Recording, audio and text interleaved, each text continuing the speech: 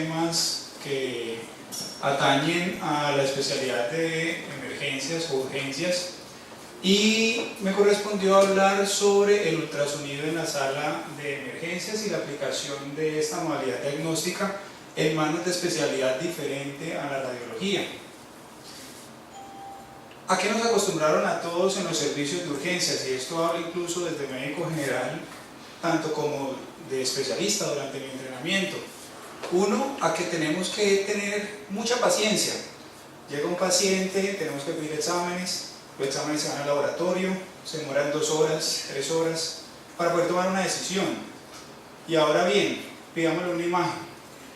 Está dañado el portátil, son las 10 de la noche, es viernes y es puente, no hay radiólogo, no hay ecocardiografista y hay que definirle al paciente. O si no, se queda el paciente ahí en la sala de espera, en la sala de observación, llenándome el servicio, porque las puertas de urgencias mantienen abiertas, ¿sí? Entonces, todo esto obliga a que tengamos que tener herramientas que nos ayuden de cierta manera a tomar decisiones rápidas para poder resolver al paciente. Entonces, nos exponemos a situaciones, como les mencionaba, de tiempos de espera largos para esperar resultados. Los fines de semana es una catástrofe en todos los servicios de urgencias, o en la mayoría por lo menos. Muchos de nuestros colegas especialistas tienen jornadas específicas de trabajo y el apoyo a esta sala de urgencias no es la que quizá el paciente requiera, infortunadamente, y muchas de esas modalidades diagnósticas que se pregonan ser portátiles no siempre funcionan, lastimosamente. O muchas veces nuestros pacientes no están en la estabilidad hemodinámica o respiratoria suficiente para poderlos llevar hasta la sala de radiología, donde le puedan hacer estudios complementarios. O, más frecuente aún, que tengamos discrepancias entre colegas. Un colega vio una neumonía en una radiografía de un paciente, el otro colega no. Entonces el uno le empezó el antibiótico y el otro no. Y así, sucesivamente.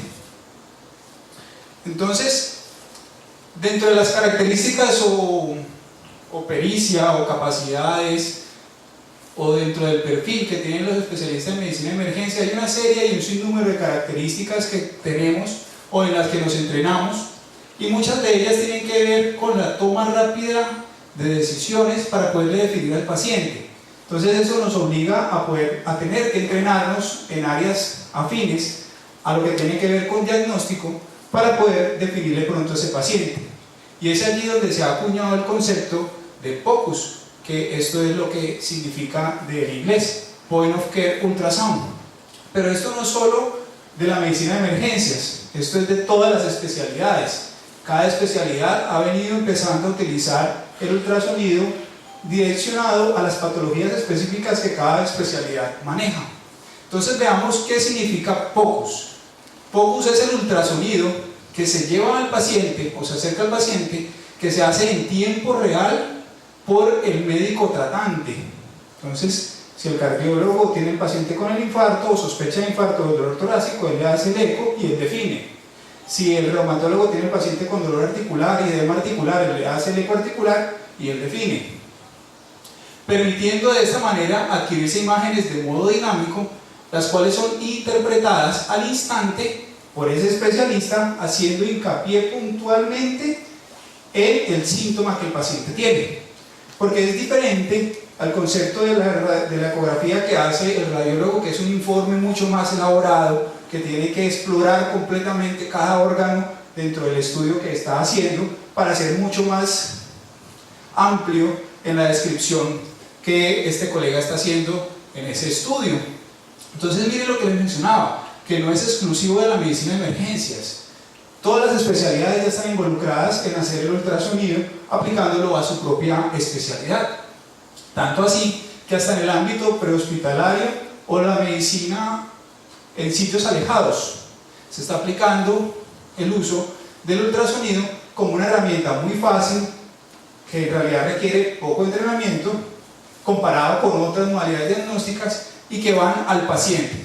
Y esa es una de las grandes características del ultrasonido.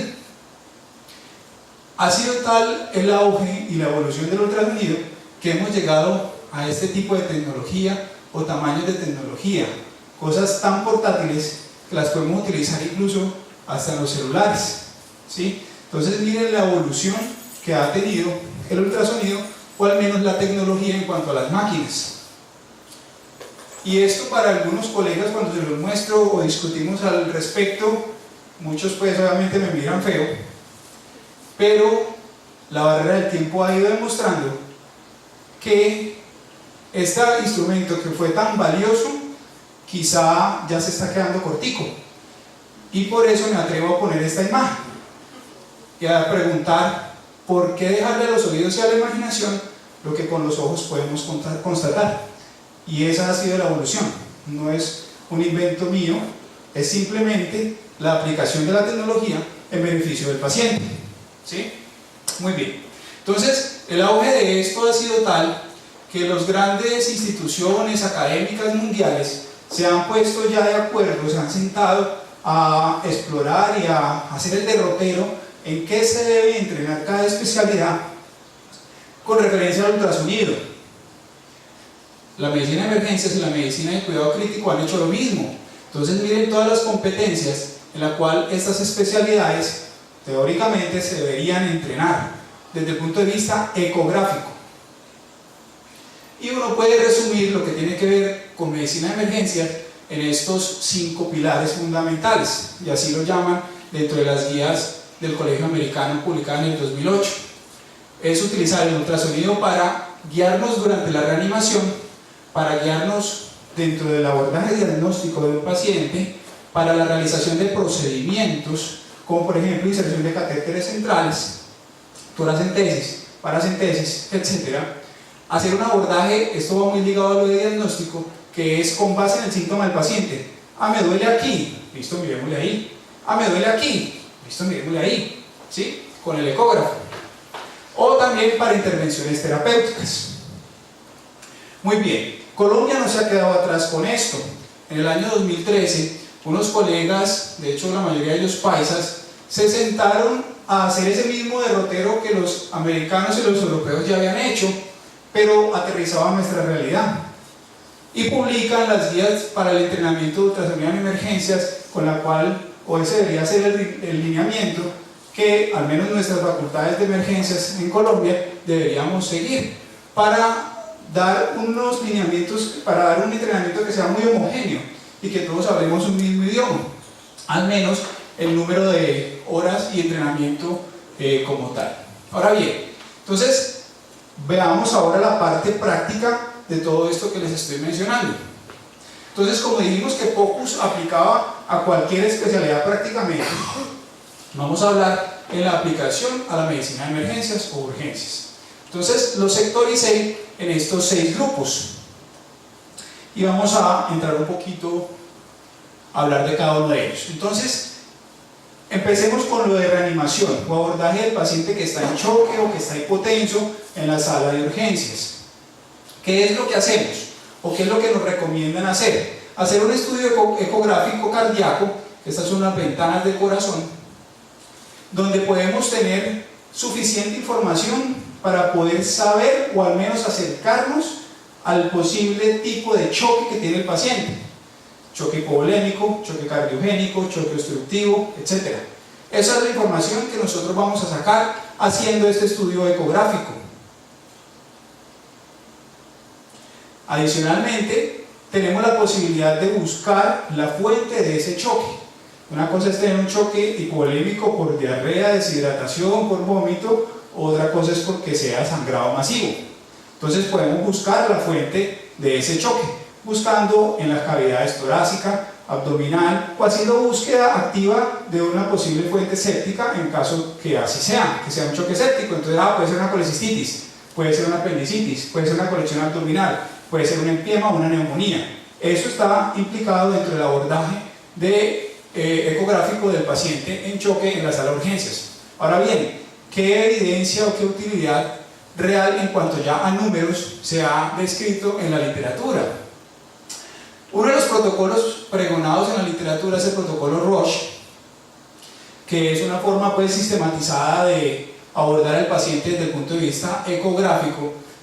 Demostró cómo el abordar al paciente desde que llega a la sala de urgencias y a uno la enfermera le dice está hipotenso y yo empiezo a buscar con ecografía, mostró cómo es de bueno empezar a abordar a este paciente con la ecografía para poder discriminar qué tipo de choque tiene mi paciente.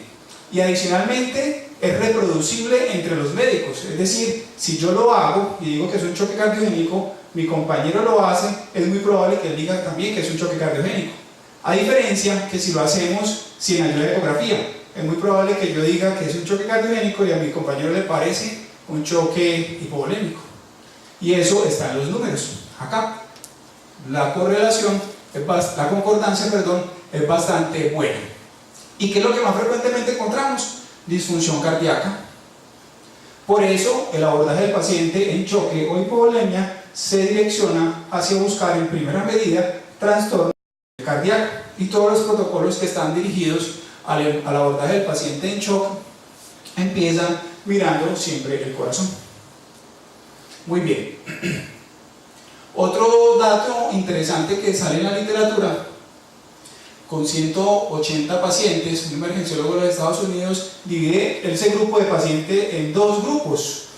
Cuando llegan hipotensos a la sala de reanimación, la mitad de ellos los abordaron de la forma clásica, simplemente con los instrumentos clínicos y paraclínicos que se tienen, y la otra mitad de los pacientes los abordaron con ecografía. Le pegaron al diagnóstico cuando lo hicieron con ecografía en el 80% de los casos. Cuando lo hicieron por los métodos convencionales, le pegaron al 50%, con una diferencia del 30%, que si uno traduce eso y que si yo sé que es un choque séptico, empiezo el manejo del choque séptico más tempranamente y con una presunción que le puede ir mejor a este paciente. ¿De acuerdo? Entonces, estos datos van apoyando bastante la noción del uso del ultrasonido para el paciente que está en choque en la sala de urgencia.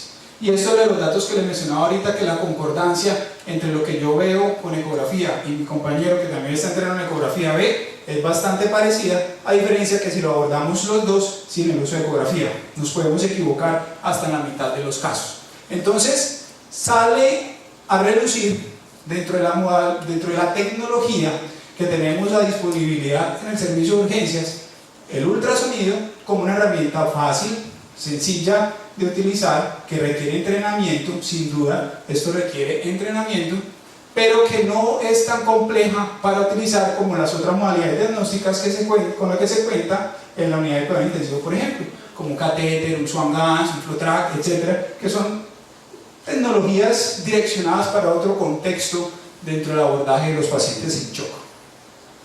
Ahora bien, en el contexto de arresto cardíaco, entonces, le han ido encontrando usos o utilidad a esta modalidad diagnóstica a medida que va pasando el tiempo, ¿cierto? Entonces, cada vez los especialistas en cuidado agudo queremos tener más información a la mano para poderle brindar las suficientes intervenciones al paciente que me ayuden a sacarlo adelante. ¿Qué contexto más grave que estar en paro? ¿Cierto? Entonces, a mí me gustaría saber cuáles son las causas del paro de este paciente, para resolverlas rápidamente, a ver si de pronto sale el paro, a ver si tengo paciente, ¿ya? Entonces, han empezado a introducir esta tecnología durante el arresto. ¿Cuál es el problema? Es un contexto caótico, en muchas oportunidades, mucha gente, uno con un aparato ahí estorbando, ¿sí? Pero se puede, en un ladito, sin interrumpir para nada la reanimación convencional. Y eso es un mensaje grande que debo dejar acá, y es que esta tecnología, con base en los datos que van a ver enseguida, no tiene por qué alterarme la secuencia normal de reanimación que ya sabemos, ¿sí? Muy bien, entonces se han inventado también protocolos para esto. Todo tratamos de protocolizarlo con el fin de tener un esquema mental que me permita hacer las cosas de modo secuencial sin que se me olvide, ¿sí? Sin saltarme pasos. El protocolo para los pacientes, para el uso del ultrasonido en el paciente en arresto, se llama el protocolo COUS, que ahí está la referencia bibliográfica, en la cual me dice, vea, el ultrasonido tiene potencialmente alguna utilidad solamente en el paciente que tiene un paro no arritmogénico. ¿Por qué? Porque si es arritmogénico ya sabemos que la intervención es ¿cuál? Desfibrilar al paciente, no hay otra. ¿Listo? Entonces, no tiene nada que hacer un eco en un paciente con una fibrilación ventricular, nada, solo estorbaría.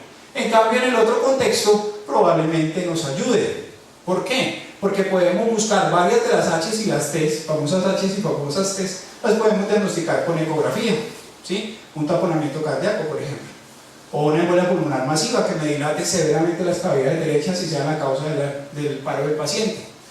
Tanto es que en otro protocolo, que es el protocolo CHOC, nos dicen, no solo miren el corazón, miren otras cosas, como por ejemplo la aorta. El paciente le pudo haber llegado con una ruptura de aorta abdominal.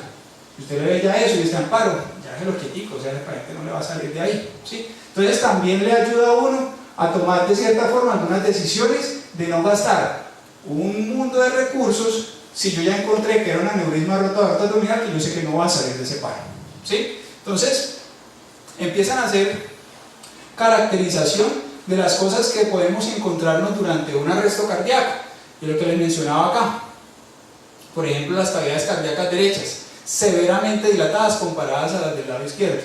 En este contexto, y hace 15 días le operaron la rodilla, pues nada, de pronto hasta trombolizándolo le va bien, ¿sí o no? Entonces la idea es esa, ayudarnos del ultrasonido para poder identificar algunos de estos patrones ecográficos como la dilatación severa de cavidades derechas, el taponamiento cardíaco, la hipovolemia, o de pronto nos encontramos con que es un corazón normal y el paciente está en paro. Entonces ya nos hace o nos obliga a pensar que sea una causa metabólica o una intoxicación lo que me tiene ese paciente en arresto, ¿sí? Entonces ese es el contexto del ultrasonido en el paro cardíaco. Pero veamos cómo le van los números en los estudios. Ya hay muchos estudios, tantos como para hacer metaanálisis. Año 2011 sale uno de los primeros metaanálisis y dice, vea, si el paciente está en paro, usted le mira el corazón al paciente y el corazón está quieto, absolutamente quieto, no se mueven para nada las válvulas cardíacas, que es incluso lo último que uno deja de ver moverse, la sobrevida de ese paciente es menor del 1%. Ellos le dicen a uno, deje ese paciente quietico, que no va a sobrevivir, ¿sí?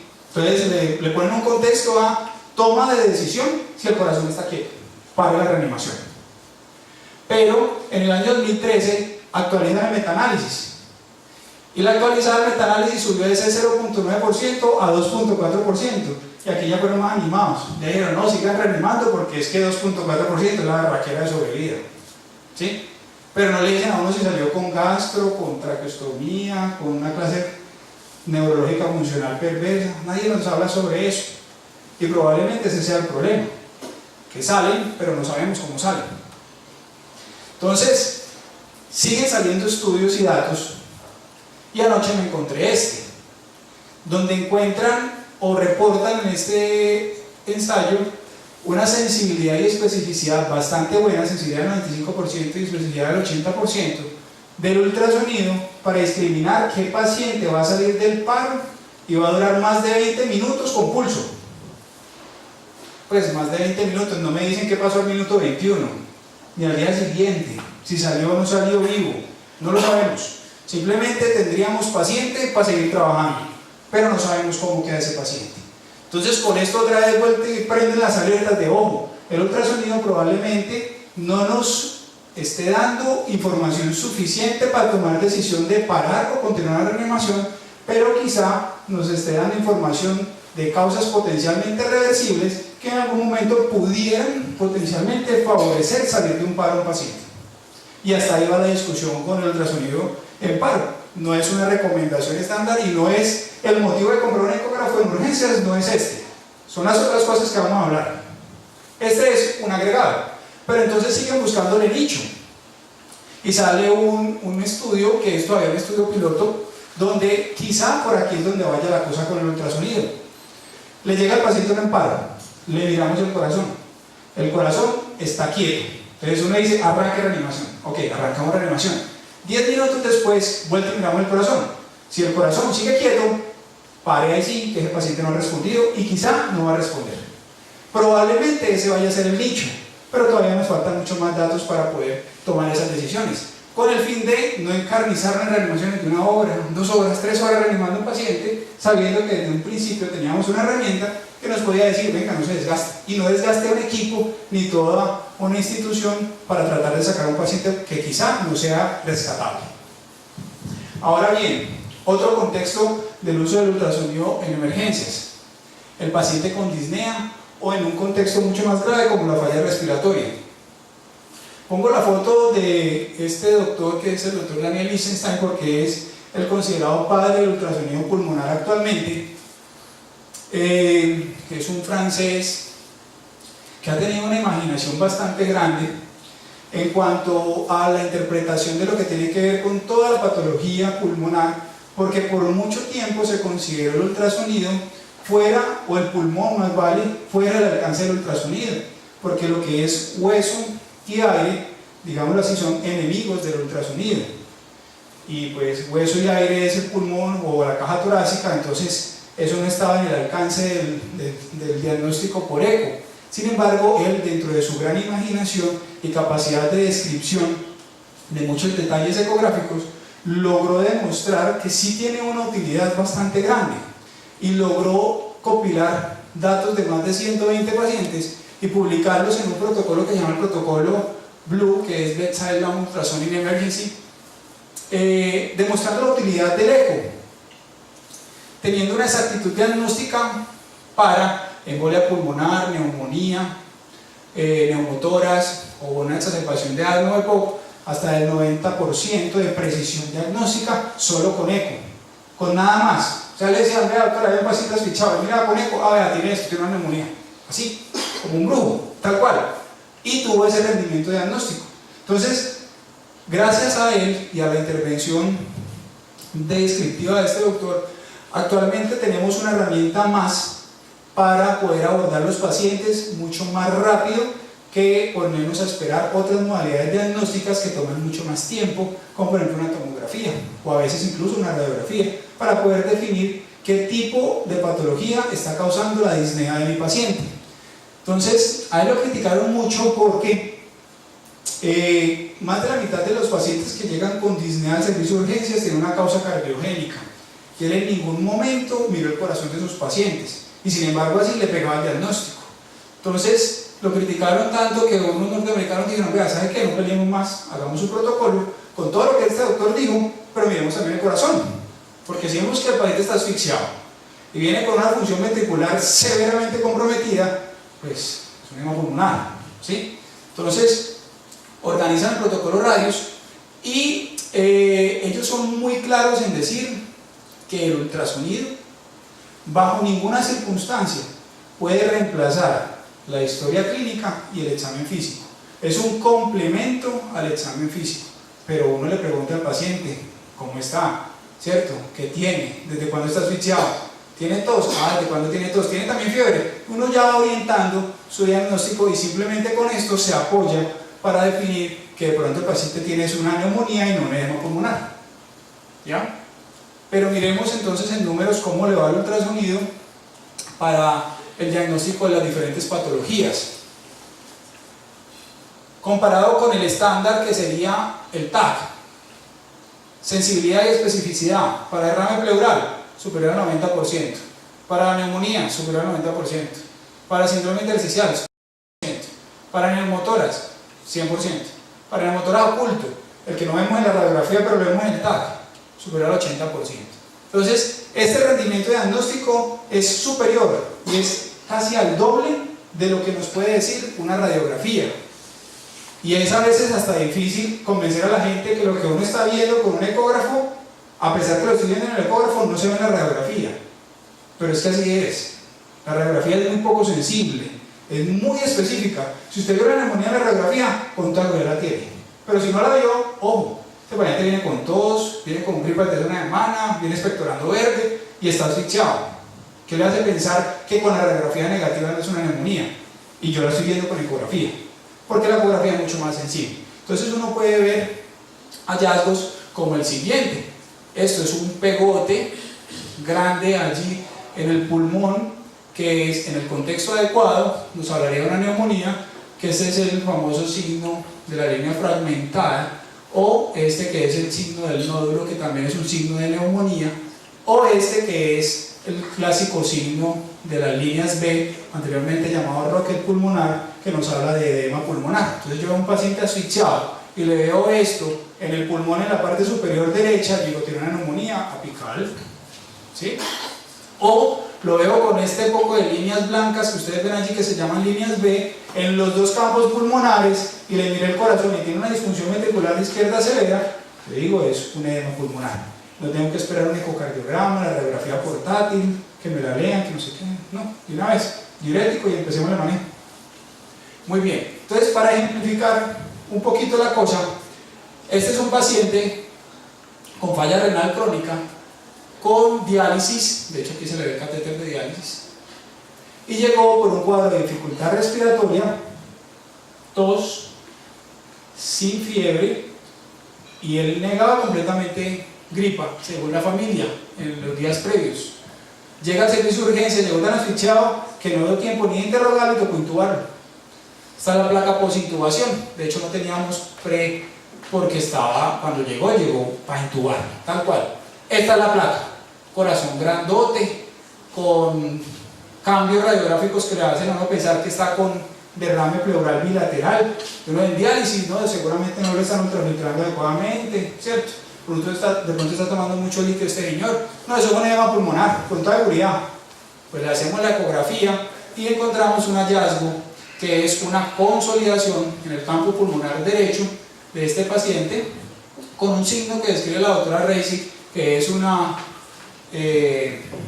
médico que ha escrito bastante sobre ultrasonido pulmonar, que esto que ven aquí pulsando, que es Doppler color, demuestra la presencia de circulación sobre esa consolidación, que es muy específico de una consolidación neumónica.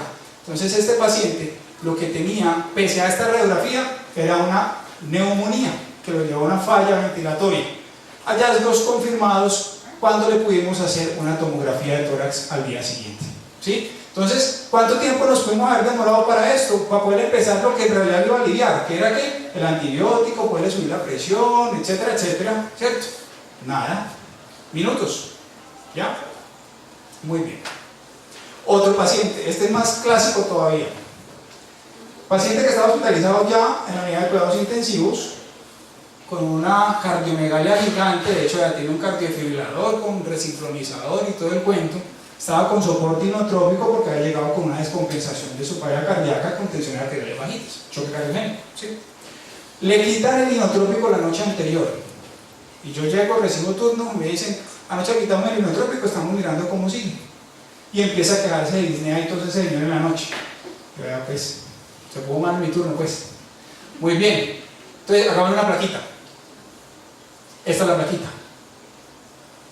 Yo decía, pues yo no le veo mayor cosa, aparte de ese corazón. ¿Será que no puede respirar por el corazón tan grande? Puede ser, pero edema pulmonar, no. Miremos con el eco.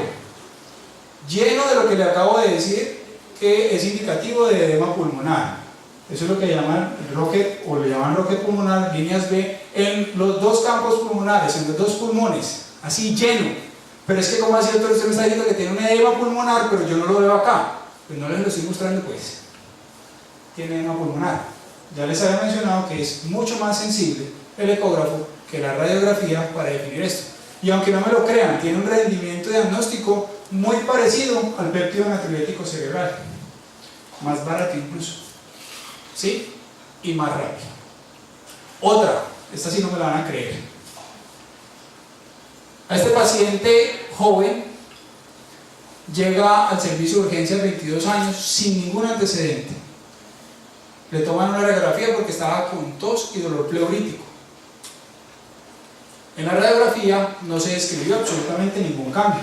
Una radiografía, hasta lo que vemos aquí, normal. Sin embargo, era muy llamativo el dolor del paciente, un dolor pleurítico y disnea. Se le hace un ultrasonido pulmonar y se le encuentra un signo que es 99% específico de neumotórax, que se llama el punto pulmonar. ¿En qué consiste el punto pulmonar? Que uno ve dónde las pleuras, esta es la pleura, esta es la costilla y esta es la caja torácica del paciente. Uno ve la pleura, cuando uno respira, pues las pleuras rozan, ¿cierto? Aquí la vemos como rosa hasta este pedacito, pero este pedacito no rosa. Si no rosa, no se está moviendo, quiere decir que las pleuras están separadas, y si están separadas en este contexto es porque es aire. Entonces este paciente tenía este signo que es el punto pulmonar, que es un neumotórax, tenía un neumotórax espontáneo, ¿sí? Muy bien, entonces se ponen a buscar, bueno, ¿y cómo le va el ultrasonido para el diagnóstico del neumotórax? Vuelve y juega, la radiografía se queda atrás, poco sensible. La mitad de las veces no vamos a ver las cosas, pero cuando la vemos, contándole, ahí está. Y eso es lo que nos pasa. ¿Le vemos el neumotórax? Claro, lo tiene. El problema es que no lo veamos, no lo vamos a poder diagnosticar. En cambio, el ultrasonido tiene sensibilidad del 90%, por tanto, se empieza a notar la diferencia en capacidad diagnóstica de esta modalidad comparada con la que estamos enseñados a usar, que es la radiografía. Ahora, lo de abordajes por síntomas. Entonces nos llegan pacientes como la que vamos a mostrar a continuación. Aquí creo que es bastante diciente la imagen en cuanto a la posibilidad diagnóstica de una trombosis venosa profunda, ¿cierto? Sin embargo, uno le podría empezar anticoagulación, pero yo creo que nadie la mandaría para la casa sin hacerle primero la ecografía o el Doppler o duplex o triplex venoso de esa extremidad. Ok, viernes 11 de la noche, festivo. Radiólogo vuelve el martes. ¿Listo? Muy bien. Hay una modalidad diagnóstica ecográfica que se llama ultrasonido por compresión, que es simplemente ver la vena, apretarla con el ecógrafo, con el transductor, con la sonda del ecógrafo y mirar si aparece, si desaparece o no. Si usted la aprieta y la venita desaparece, pues está permeable, no tiene nada que la esté obstruyendo. Si usted la aprieta y no desaparece, probablemente hay un trombo. Es esto. Esta es una arteria, esta es una vena, estas son las popliteas. Uno aprieta esa vena y ella se desaparece, pero la arteria queda allí. En cambio, cuando uno tiene trombitos allí, miren cómo se ve. De hecho, dentro de la venita se ve el trombito.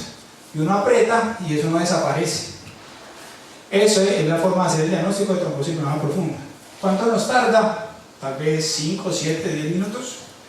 Y definimos a ese paciente inmediatamente.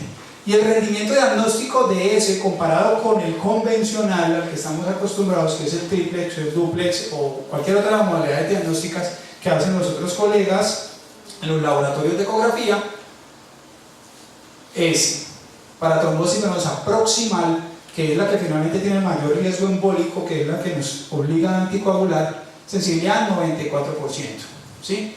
Que si la comparamos con la otra modalidad de diagnósticas es bastante parecida. Entonces, con un correcto y adecuado tiempo de entrenamiento para poder ser expertos en CUS o compresión ultrasound, podemos rápidamente definirle a este paciente en la sala de urgencias.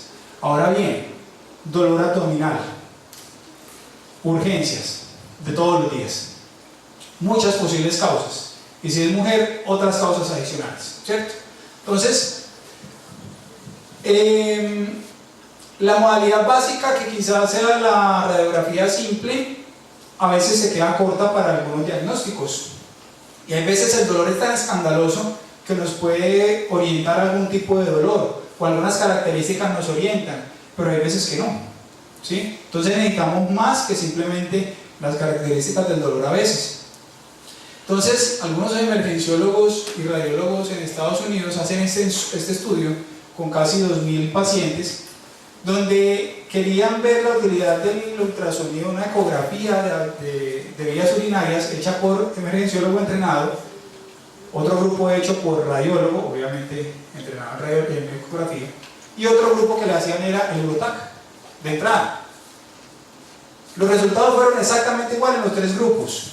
Les fue exactamente igual en cuanto a diagnóstico, no se complicaron, los pudieron mandar para la casa sin ningún problema algunos, a los que había que operar los operaron, etcétera, etcétera. ¿Buscando qué? Hidronefrosis, específicamente.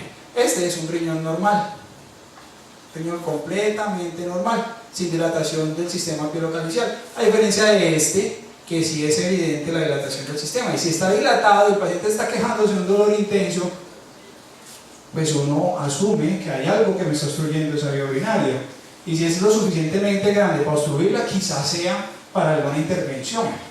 Entonces me toca ascender en modalidades diagnósticas, pero ese paciente con seguridad no lo va a mandar para la casa.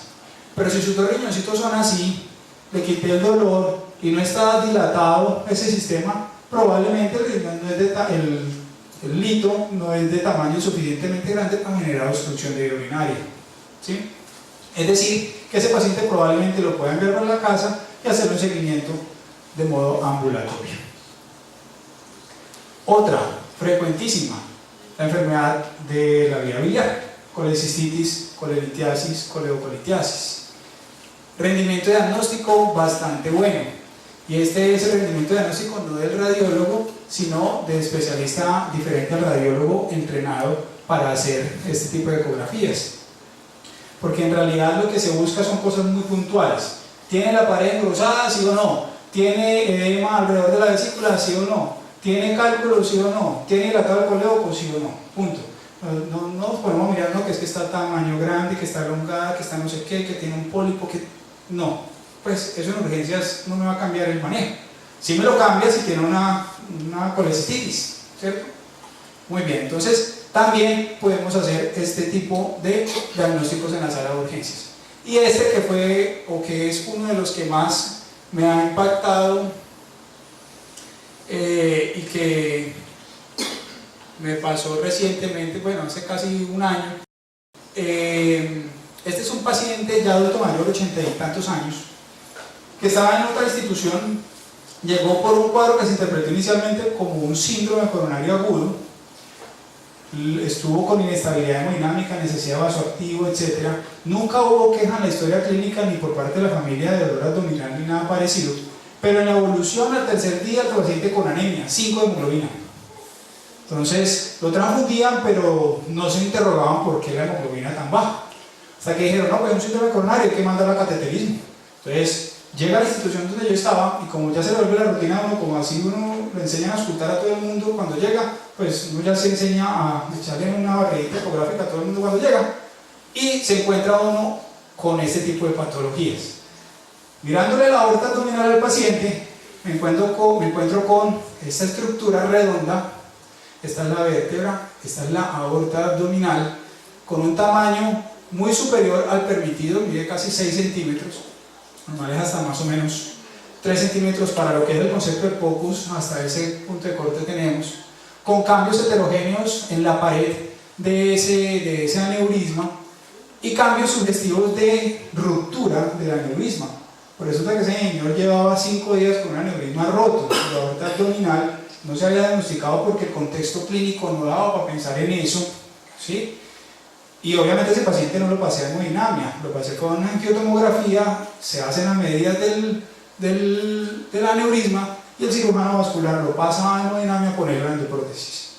Al cabo del tiempo me encuentro el cirujano vascular y me dice, acabé de ver a fulanito de tal en la consulta, está lo más de bien, le mando saludes, ¿sí? Entonces, a ese punto o a ese nivel puede uno llegar a impactar simplemente con una herramienta que está ahí, al lado de uno.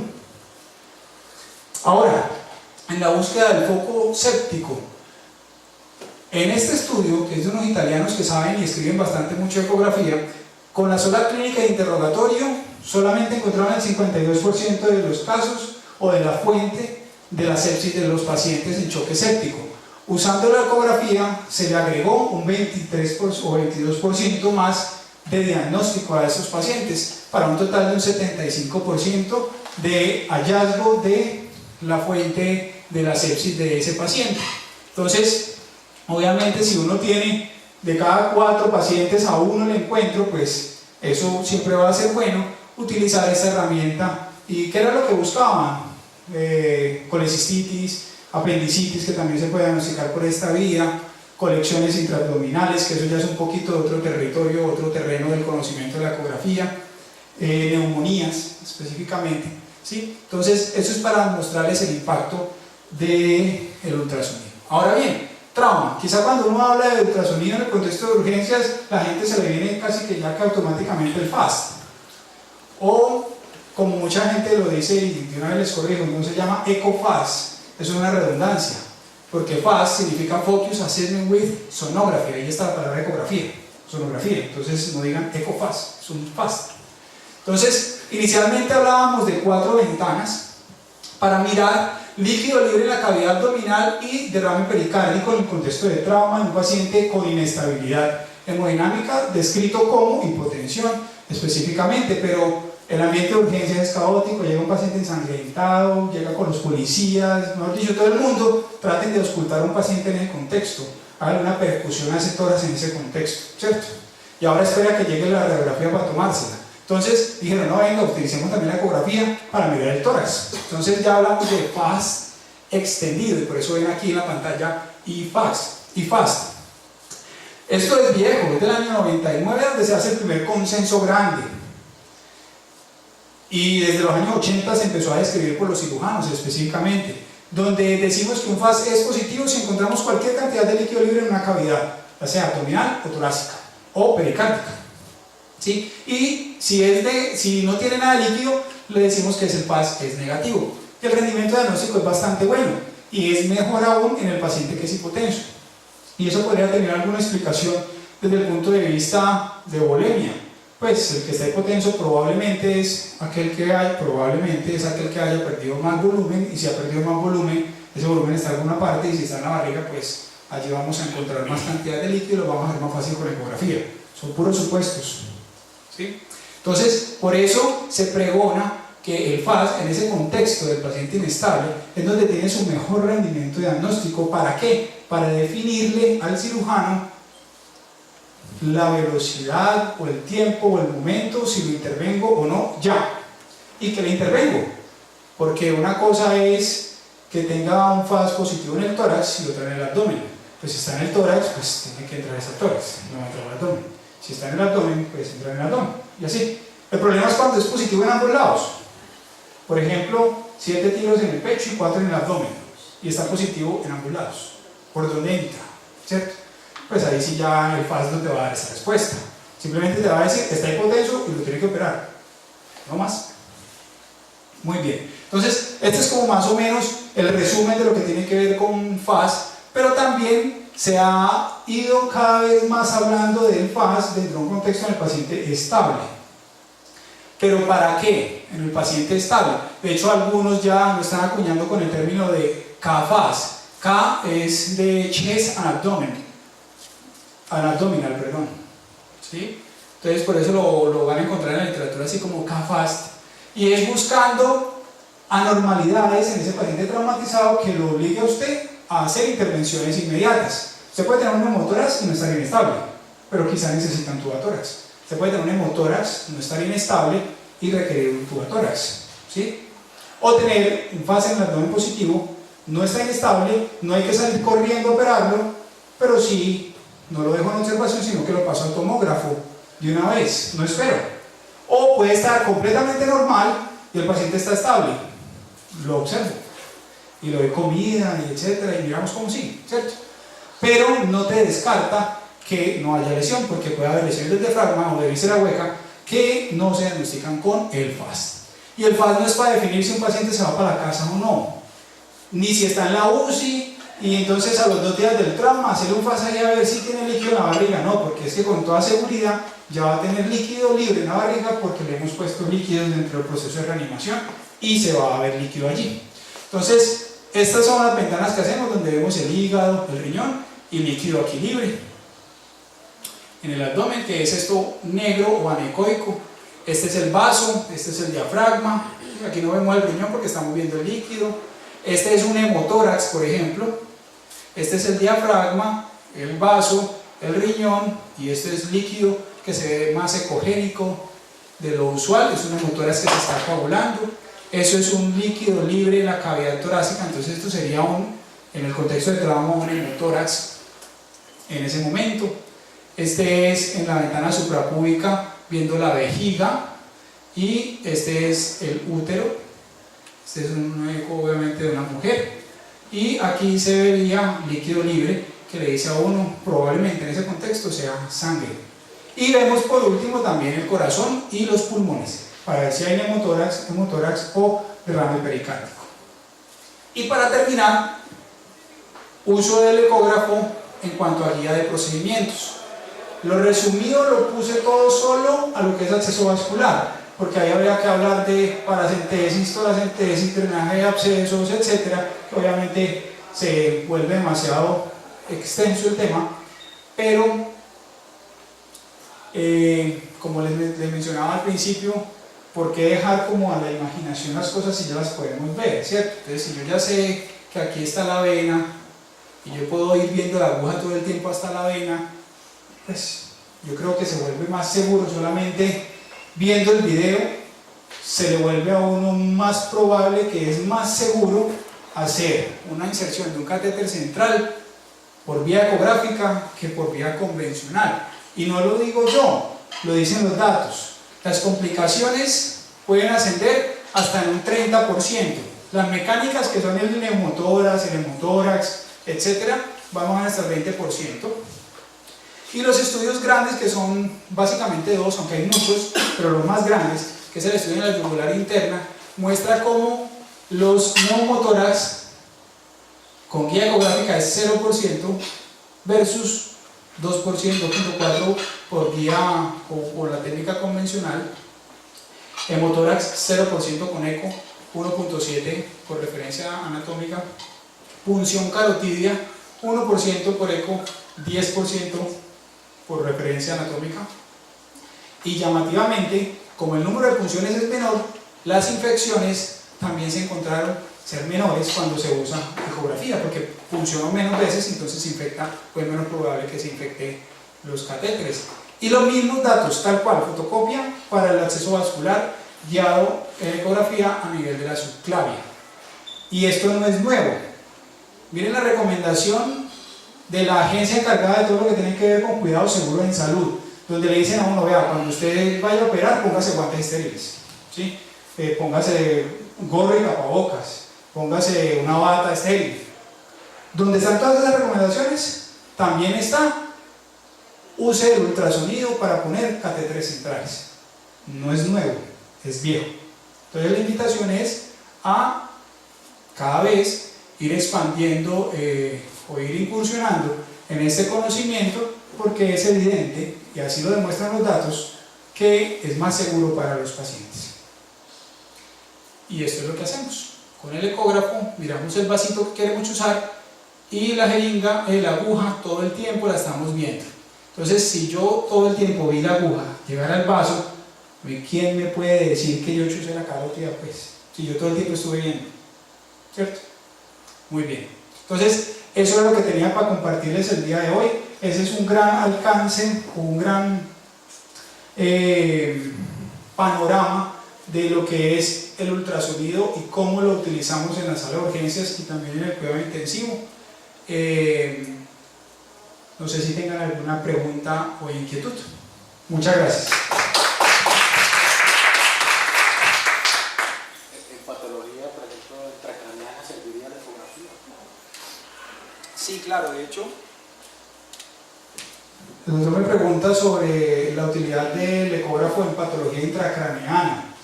Entonces, el ultrasonido, como les mostré, en muchas especialidades ha evolucionado mucho. En el contexto agudo, lo utilizamos para definir si hay hipertensión endocraneana en ese instante, básicamente, ¿sí?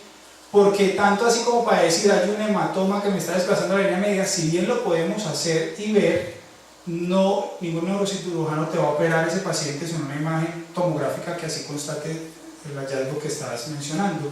Pero eso sí te puede reflejar sobre hipertensión endocraneana y, obviamente, si usted va a iniciar intervenciones sobre esa hipertensión intracraneana, puede ir viendo la respuesta a esas intervenciones.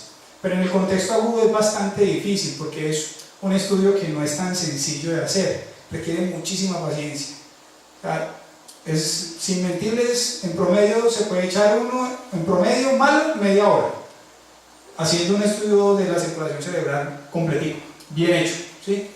En el mejor de los casos. Hay veces uno se queda ahí, es muy difícil, ¿sí? Y urgencias no es el espacio para uno tomarse todo ese tiempo. En cuidado intensivo es demasiado útil, por ejemplo, el seguimiento del vasoespasmo en hemorragia subaracnoidea, el seguimiento incluso de vasoespasmo en trauma craneoencefálico, ¿sí? Que mucha gente no habla de ello, pero es igual o peor de malo que el vasoespasmo de la hemorragia subaracnoidea aneurismática, ¿sí? Y en pediatría se usa mucho para el seguimiento de las hemorragias intraventriculares en los recién nacidos. Entonces, sí tiene utilidad, mucha, pero quizá el contexto de urgencia, quizá queda un poquito relegado a identificar si hay hipertensión endocraneana o no.